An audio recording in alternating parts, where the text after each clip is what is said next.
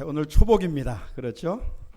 이 더위를 건강에 나기 위해서 사람들이 좋은 음식을 먹고 새 힘을 얻게 되지요. 이런 것처럼 우리 주일과 또 예배와 또 말씀을 통해서 이 시간 하나님이 우리 가운데 영의 양식으로 신령한 몸을 회복시켜 주실 줄로 믿습니다.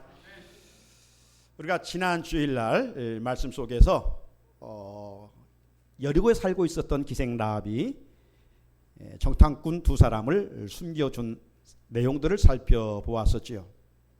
왜 자기 나라에 간첩으로 온 스파이 이 두 정탐꾼을 기생 라합이 숨겨주었다고 그랬습니까?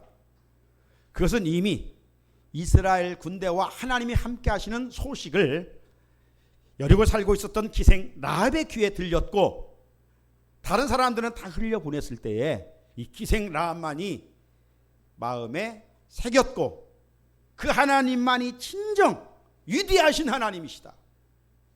이스라엘 하나님만이 참 구원자이시다. 이것을 믿었기 때문이었습니다. 이스라엘 백성들이 40년 광야 생활을 지나면서 그렇게 하나님의 은혜를 많이 입었지만 신앙 고백을 하지 못했어요. 그런데 천한 이방 여인 기생 라합의 고백이 어떻게 했습니까? 오늘 12절을 읽었습니다만 바로 본문 전 11절에 보게 되면 너희의 하나님 여호와는 위로는 하늘에서도 아래로는 땅에서도 하나님이시니라. 천상천하. 지금 여리고에도 많은 신들이 있습니다. 부족신들이 있습니다. 기생 라합도 이제까지 어떤 신을 붙들고 살았습니다. 하지만 이스라엘이 믿는 야훼 하나님과 비교할 때 이제까지 자기들이 믿었던 사람이 만든 우상 신은 아무것도 아니다는 것을 깨닫게 되었어요. 오늘날 종교다원주의 시대입니다. 이 종교다원주의 시대는 영적으로 매우 혼탁합니다. 저들은 말합니다. 어떤 종교를 가지고 있을지라도 천국에 갈 수 있다. 선하게 살고 착하게 살고 의로운 일을 많이 하면 나중에 천국에 갈 수 있다. 이게 종교다원주의입니다. 그러나 성경은 결코 그렇게 말씀하고 있지를 않습니다. 구원을 얻을 만한 다른 이름을 우리에게 주신 일이 없다. 못 박아 말씀하고 있습니다. 구원자는 한 분 살아계신 하나님밖에 없는 줄로 믿습니다. 이 종교다원주의 시대에 혼탁한 이런 영적으로 폐역한 시대에 내가 섬기는 하나님만이 나를 구원하신 하나님만이 진실로 위대하고 강하다고 하는 이 기생 라합의 고백을 내 고백으로 승화시켜가는 우리 성산의 가족들이 되시기를 주님의 이름으로 축복합니다. 오늘 읽은 본문은 여러분이 혹시 이 말씀 묵상을 금요일날 하신 분들은 또 이렇게 떠오르는 그런 본문 말씀일 거예요. 요즘 큐티 말씀이 여호수아의 본문 말씀을 이어가고 있고 또 우리가 주일마다 여호수아의 말씀을 지금 듣고 있습니다. 라합이 정탐꾼들을 살려주었어요. 그러면서 이제 이 라합이 정탐꾼들에게 이런 거래를 합니다. 어떤 거래를 하느냐? 내가 너희를 살려주었으니 이후에 너희들도 우리 가족들을 살려달라. 오늘 본문 시작되는 12절을 한번 읽어볼까요? 시작.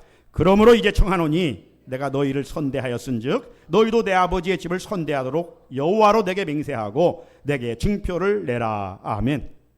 이 말이 무슨 말입니까? 후에 분명 이스라엘이 여리고를 공격해 올 텐데 그때 다 성이 무너질 것이다. 우리 민족이 다 죽을 것이다. 그때 내가 너희를 선대하였은즉 숨겨주고 살려주었은즉 우리 가족들도 살려달라. 불쌍히 여겨달라. 그러나 이거 말로만 하면 안 되잖아요. 그래서 이 기생 라합이 정탐꾼들에게 그렇게 말합니다. 하나님 앞에서 맹세하도록 하라. 내가 믿는 부족신 앞에서 맹세가 아니에요. 그가 소문으로 썼던 그 하나님 앞에서 너희들 맹세하라. 이후에 우리 가족 살려줄 것을. 그런데 그 말로 부도수표 내지 말고 이제 어떤 증표를 분명히 우리에게 보이라. 말로 하는 거 효력이 없잖아요. 도장을 찍어야 되잖아요. 지금 그렇게 기생라합이 두 명의 정탐꾼에게 이야기를 하고 있어요. 이 말 속에서 이 기생라합은 정말 우리 여리고성이 멸망당하는 날 우리를 살릴 수 있는 분은 이제 내가 그동안 믿었던 여리고의 부족신이 아니라 이스라엘이 섬기고 있는 야훼 하나님, 그 하나님 한 분밖에 없다. 지금 기생라합이 계속 하나님을 섬겼던 자가 아니에요. 그런데 그의 입에서는 오직 인생의 주어가 하나님이에요. 우리 가정을 구원시킬 분은 오직 한 분, 하나님밖에 없습니다. 그렇게 계속 고백을 해요.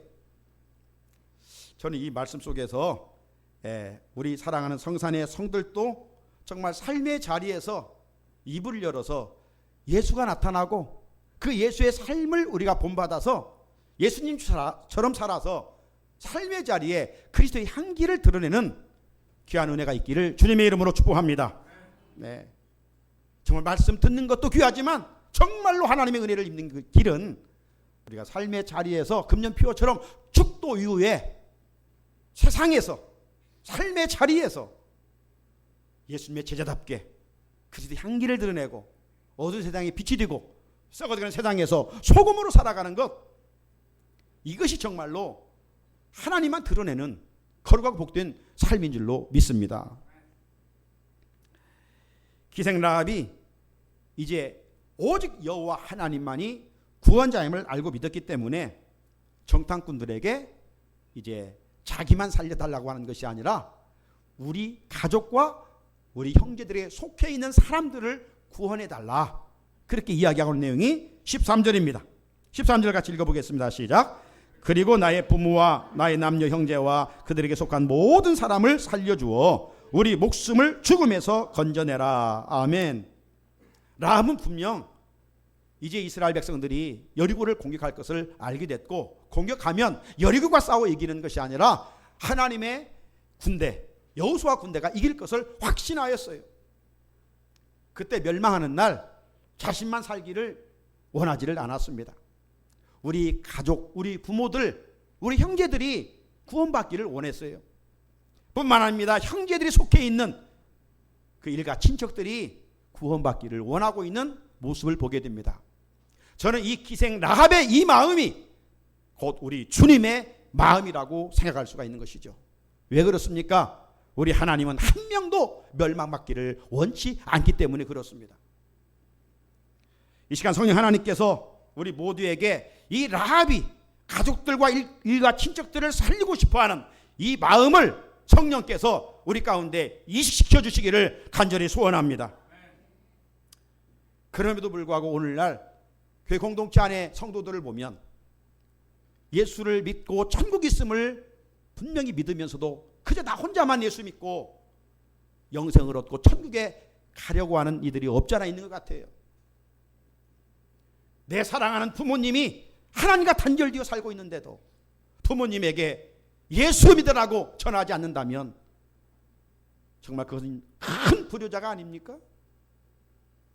오늘 내 사랑하는 자녀들이 이런저런 일어나여 믿음의 레일에서 탈선해 세상으로 나갔는데 막연하게 언제 돌아와 믿겠지 라고 하면서 기회가 주어졌는데도 예수 믿으라고 하지 않는다면 오늘 우리는 하나님 앞에서 직무유기를 하고 있는 것입니다.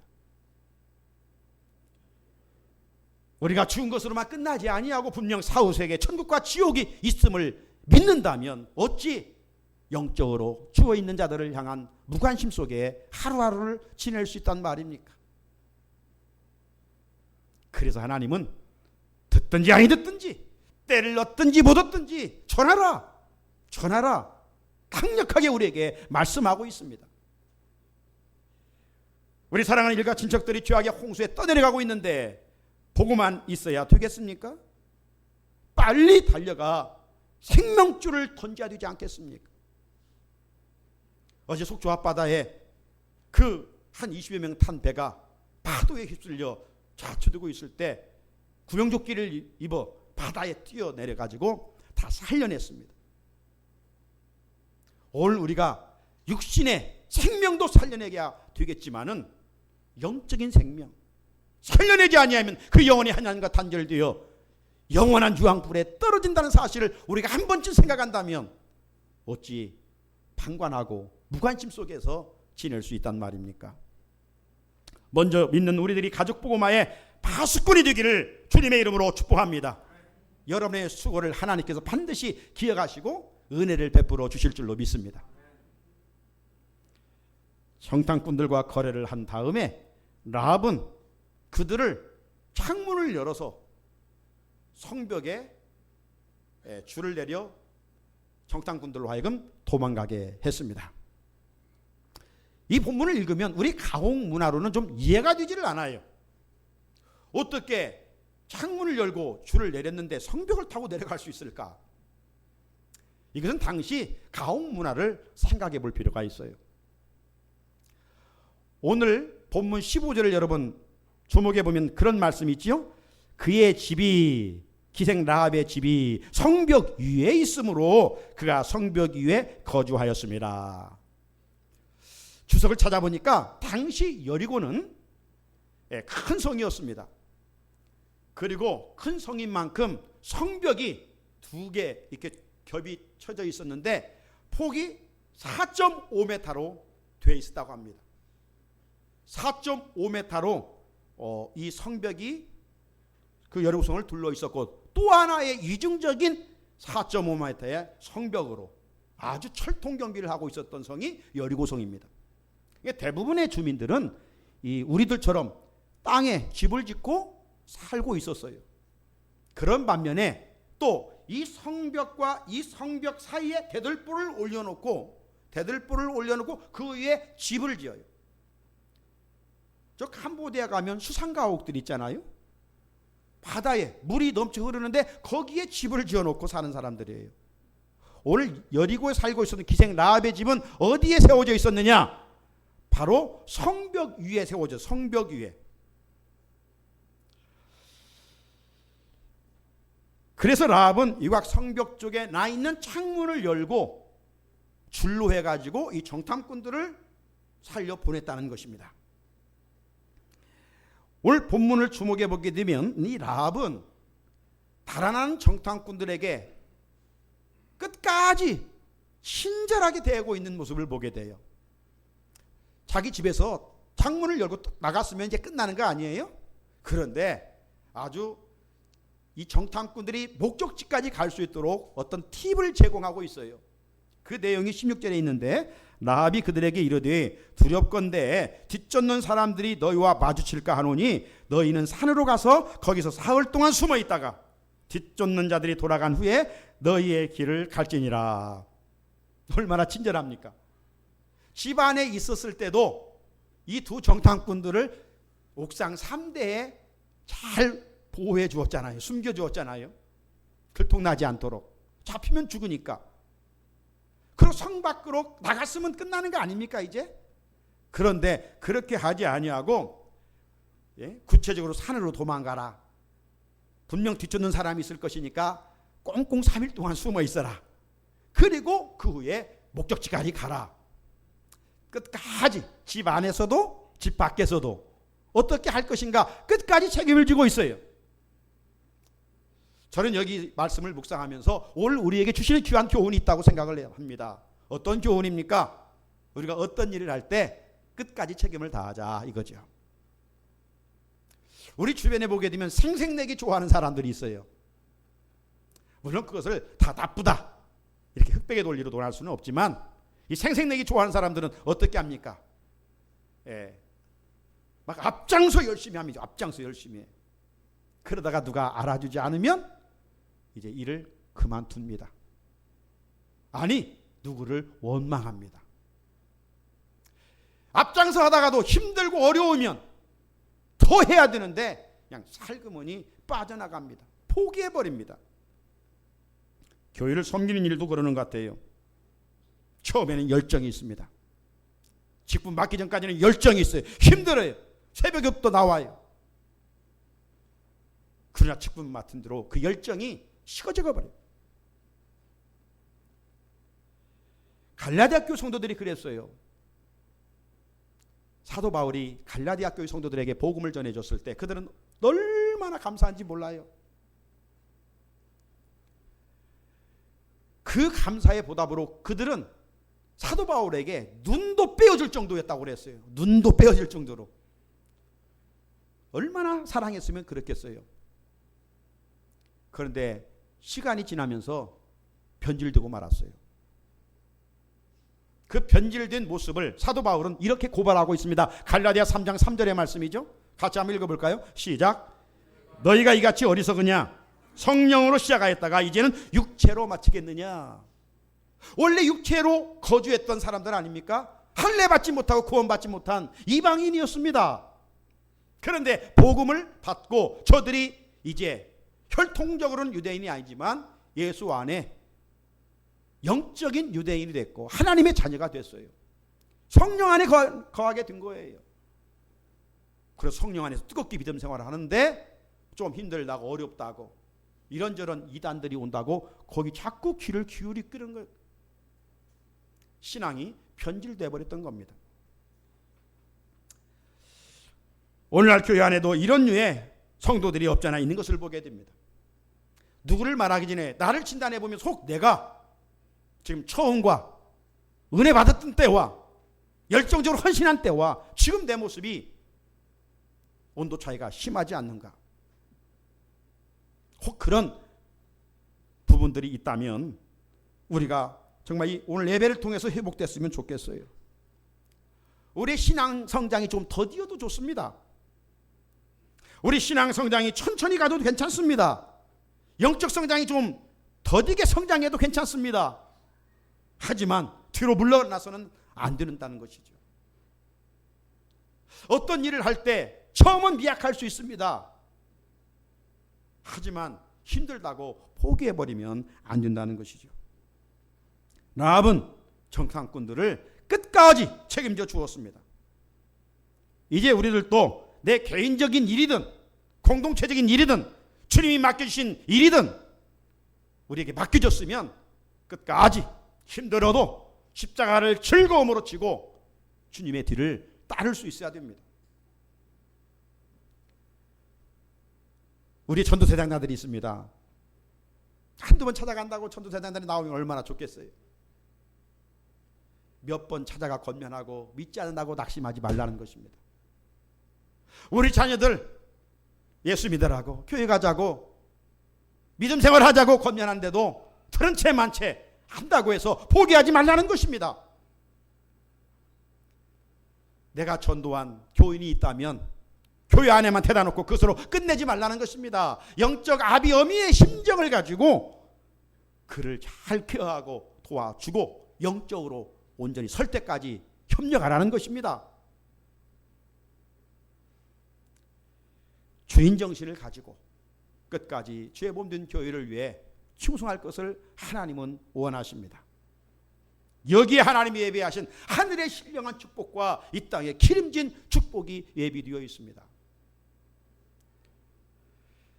결국 정탐꾼들은 믿음의 사람 라합을 통해서 기적적으로 살아났습니다.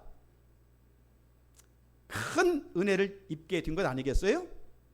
그러자 정탐꾼들은 라합과 거래를 하겠다고 하나님 앞에서 이제 서약을 하게 되지요.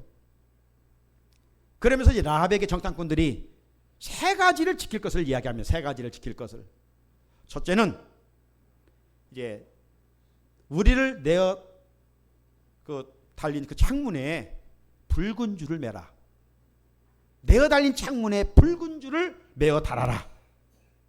두 번째는 너희 일가 친척을 너희 집안에 다 모이게 하라. 그리고 세 번째는 우리가 정탐한 사실을 너희 백성들에게 알리지 말라. 이 세 가지를 잘 지키면 우리가 공격해 왔을 때 너희 가족을 다 살려주리라. 그러나 이 세 가지 중에 한 가지라도 어긴다면 그 피가 너희들에게로 돌아갈 것이다. 그렇게 약속을 했어요. 기생 라합이 그렇게 하겠습니다. 그리고 21절을 보면 라합이 이르되 너희 말대로 할 것이라 하고 그들을 보내어 가게 하고 붉은 줄을 창문에 매니라. 후에 여호수아 군대가 여리고를 정복하게 됩니다. 그때 이스라엘 군대는 라합의 집에 있는 이 붉은 줄을 보고 그 가족들을 죽이지 않고 다 살려내게 되지요.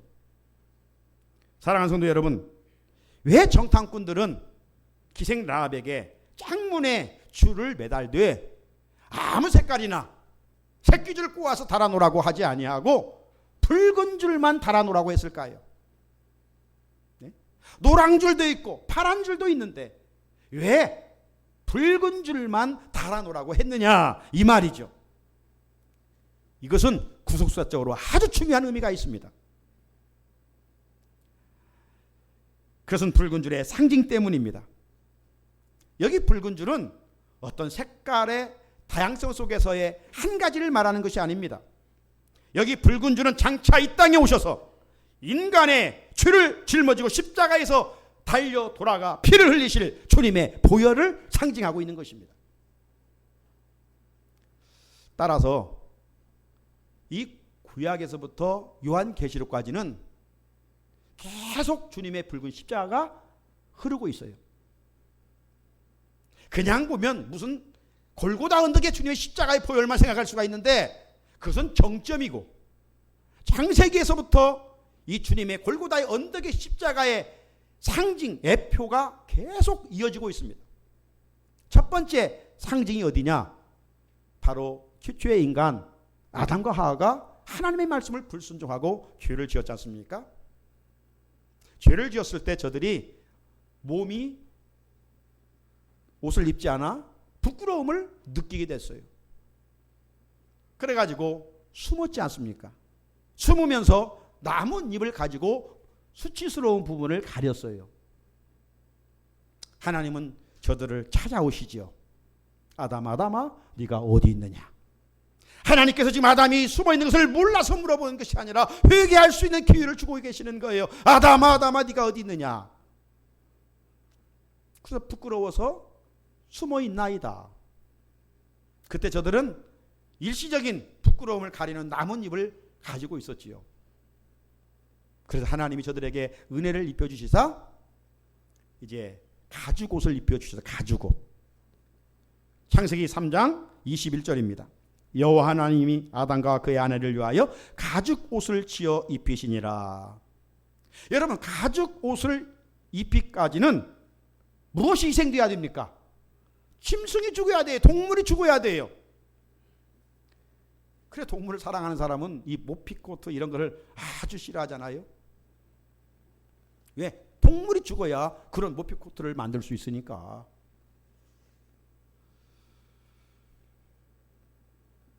이처럼 인간의 죄를 가려주기 위해서 구약시대 때는 그림자이기 때문에 짐승의 피가 필요했던 것입니다. 제사에는 반드시 피가 있었어야 돼요. 그 피를 가지고 하나님께 나갈 때 그 피를 보고 다 백성들의 죄를 가려주고 용서해 주지 않았습니까? 또 하나 구체적인 사건을 이야기하면 출애굽 사건입니다. 430년간 저들이 노예로 애굽에 살고 있지 않았었어요? 그랬을 때 하나님의 때가 되어 모세를 세우시고 그 이집트 신들과 싸워 승리하게 하신 다음에 마지막 죽음의 장자 죽음에서 어떤 일을 하라고 하나님이 명령하셨습니까? 짐승의 피, 즉 어린 양을 잡아서 너희들의 집에 문설주와 임방에 바르라 그렇게 명령했어요. 그 내용이 출애굽기 12장 7절에 있습니다. 그 피를 양을 먹을 집 좌우 문설주와 임방에 바르고, 하나님의 명령대로 양을 잡아서 그 피를 집에 임방과 문설주에 발랐을 때 어떤 결과를 가져온다라고 성경은 또 이야기하고 있느냐? 출애굽기 12장 13절을 같이 한번 읽어볼래요? 출애굽기 12장 13절 시작. 내가 애굽 땅을 칠 때에 그 피가 너희가 사는 집에 있어서 너희를 위하여 표적이 될지라. 내가 피를 볼 때에 너희를 넘어가리니 재앙이 너희에게 내려 멸하지 아니하리라. 아멘. 여기서 보게 되면 하나님이 보시는 것이 뭐예요? 양을 잡는 것입니까? 아니에요. 그 피를 보시고 내가 피를 볼 때에 너희를 넘어가리니 재앙이 너희에게 내리지 아니할 것이다. 그래서 훗날 이스라엘 백성들이 출애굽 기념으로 지킨 명절이 뭐죠? 유월절입니다. 유월절을 영어로 패스오버라고 그래요. 지나갔다, 통과했다.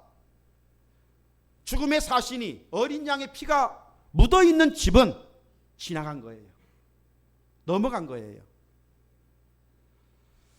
따라서 여리고성 라합의 집 창문에 이 붉은 줄은 단순한 색깔의 줄이 아니라 라합과 그의 가족과 나중에 온 인류를 주에서 구원할 대속자이신 예수 그리스도의 보혈을 상징하고 있는 것이에요.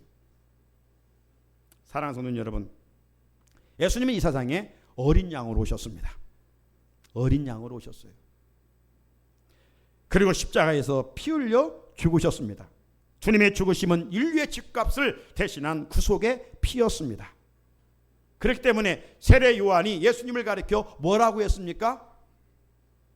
요한복음 1장 29절에 말하게 되면 보라 세상 죄를 지고 가는 하나님의 어린 양이로다. 보라 세상의 모든 죄를 짊어지시고 가시는 하나님의 어린 양이로다. 오늘날 인류를 영적 죽음에서 구원할 유일하신 분이 누구십니까? 바로 어린 양이신 십자가에서 피 흘려 돌아가신 예수 그리스도밖에 없는 줄로 믿습니다. 그래서 사도 요한은 요한일서 7장에서 그 아들 예수의 피가 우리를 모든 죄에서 깨끗하게 하실 것이요, 저와 여러분의 허물가지를 무엇으로 깨끗게 할 수 있단 말입니까? 오직 십자가에서 피 흘려 드신 의로우신 하나님의 아들 예수 그리스도의 피밖에 없다는 것입니다. 할렐루야. 그래서 우리는 찬송가 252장 1절 그렇게 부르지 않습니까? 같이 한번 불러볼까요? 시작. 나의 죄를 씻기는 예수의 피밖에 없네. 다시 성케하기도 예수의 피밖에 없네. 아멘. 예수의 흘린 피 나리게 하오니 귀하고 귀한 예수의 피밖에, 예수의 피밖에 없네. 할렐루야. 그러므로 예수님의 보혈은 우리에게 능력인 줄로 믿습니다. 네. 끝으로 정탐꾼들은 라합에게 이렇게 말합니다.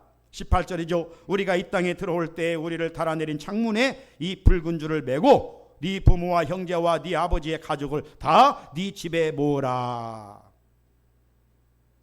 정탐꾼들은 라합에게 붉은 줄을 내리는 것으로 끝내지 말고 너희 집에 네가 원하는 가족들을 다 모아라.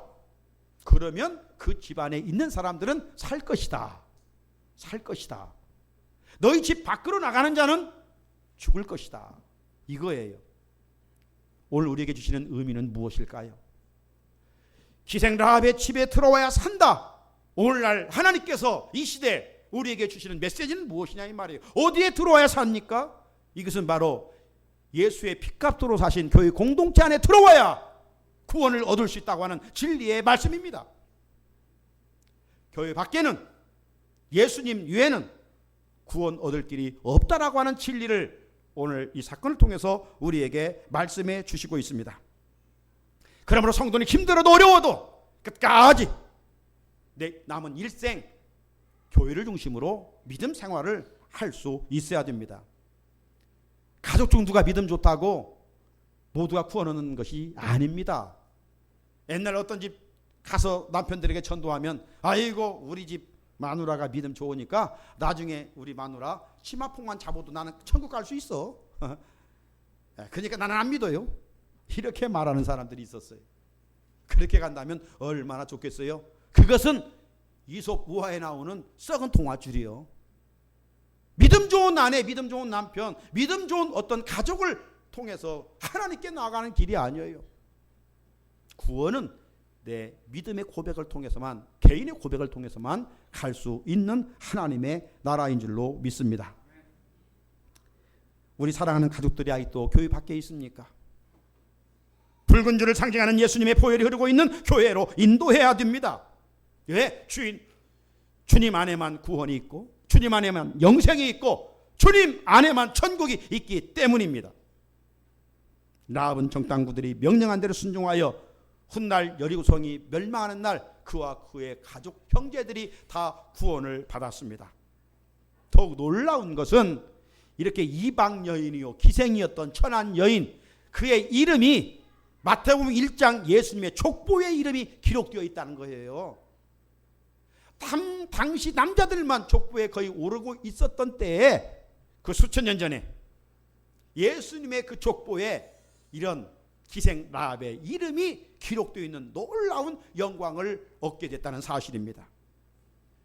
우리들도 내 죗값으로 십자가에서 피 흘려 돌아가신 예수님을 내 구주로 믿고 붙들고 그 안에 있을 때 영생을 얻게 될 것이고, 마침내 하나님 나라의 생명책에 저와 여러분이 이름이 기록되어 있는 줄로 믿습니다.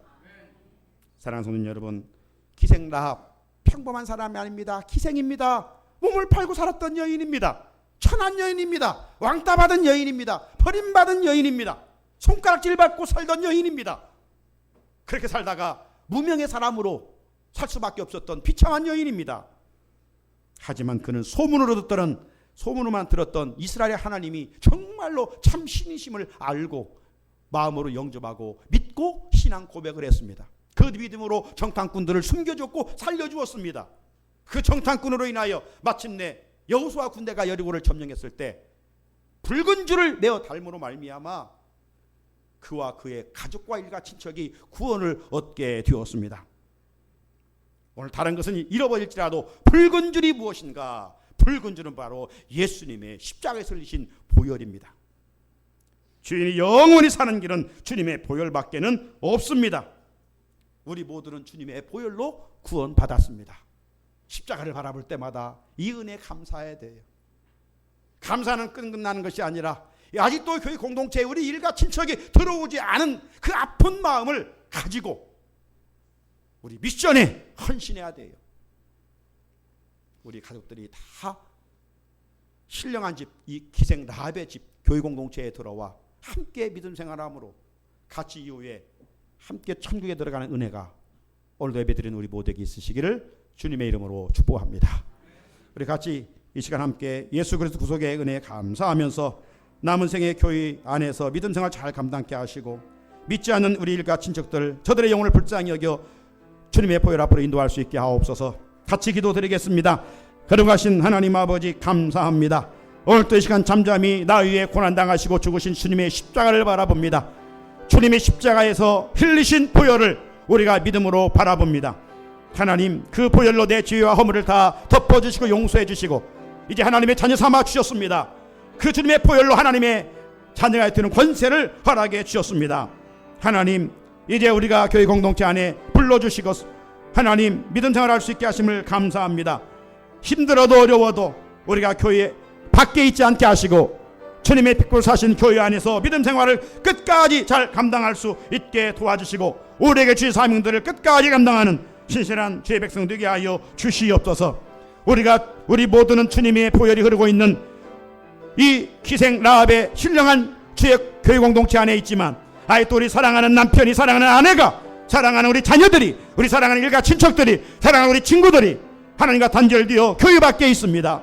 하나님, 저들을 우리가 달리가 생명의 밧줄을 던져 저들을 구원해내야 되겠사오니 포기하지 않게 하시고, 기도하면서 우리가 몸부림쳐 복음을 전할 때 성령께 저들의 마음을 움직여 주시사 함께 구원받는 놀라운 역사가 우리 가정들마다 있게 하여 주시옵소서.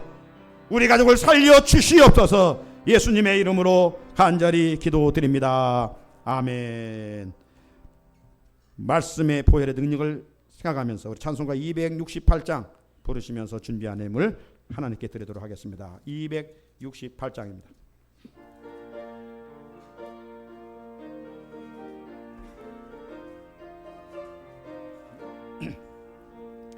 죄에서 자유를 얻게 함은 보혈의 능력, 주의 보혈, 시험을 이기는 승리되니 참 놀라운 능력이로다. 우리 박수 치면서 합시다. 주의 보혈 능력이 또다.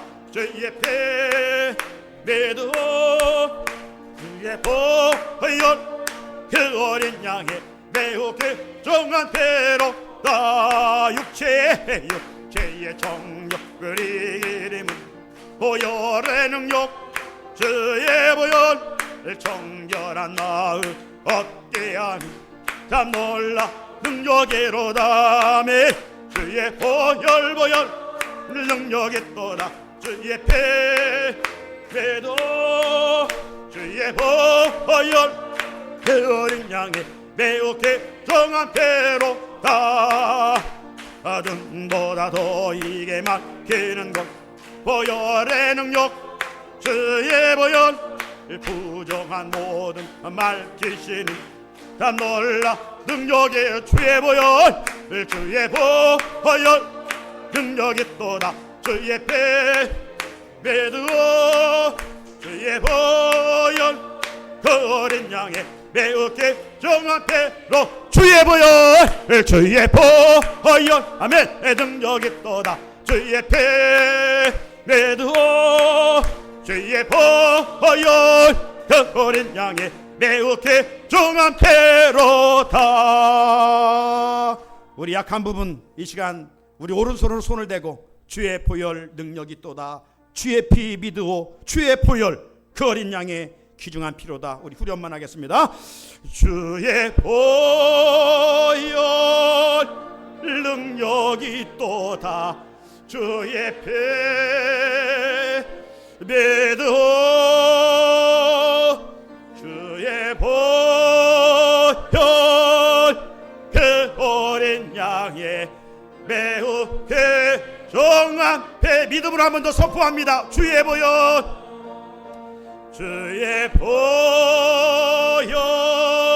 능력이 또다. 주의 피 믿어 주의 보혈 그 어린 양의 매우 귀중한 피로다. 아멘. 다 같이 일어나셔서 예물 찬송 드리겠습니다.